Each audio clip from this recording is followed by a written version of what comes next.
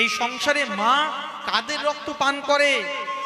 আমরা যে বলি মায়ের সামনে বলিদান করি, বলি প্রথা আমাদের একটা কাল্পনিক। বলি তখন দেওয়া হতো এই সংসারের জন্য নয়, যারা তামসিক শাক্ত ভক্তি, চণ্ডালী ভক্তি আশ্রয় করবার জন্য, শক্তিকে আশ্রয় করবার জন্য, মায়ের চাণ্ডালিত্ব শক্তি আশ্রয় করবার জন্য তারা বলি দিতেন, চণ্ডালী স্বরূপ থেকে পাবার জন্য। আমাদের শ্যামা মায়ের সামনে বলি নয়। আরে ছাগো বলতে 6টি রিপু। আমাদের জীবনে পশুত্বময় আসুরিক রিপুগুলোকে বলিদান করবার জন্য মায়ের সামনে তিনি মা তাদের রক্ত পান করেন যারা অসুর, কোনো নিরীহ প্রাণী নয়।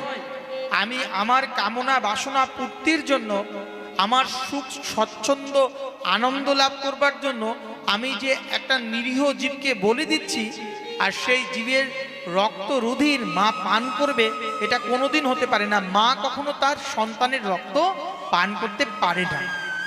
শাস্ত্রে যে ছাগো শব্দটা বলা হয়েছে, ছাগো বলতে 6টি রিপু, কিন্তু আমরা তৎকালীন সময় আমরা যারা ভ্রষ্ট জীবে লোকাচার ভাবকে পালন করবার জন্য, আমাদের কার্যসিদ্ধি করবার জন্য, আমাদের আত্ম শান্তির জন্য, আমাদের মনের আনন্দ লাভের জন্য আমরা বলি প্রথা শুরু করেছি।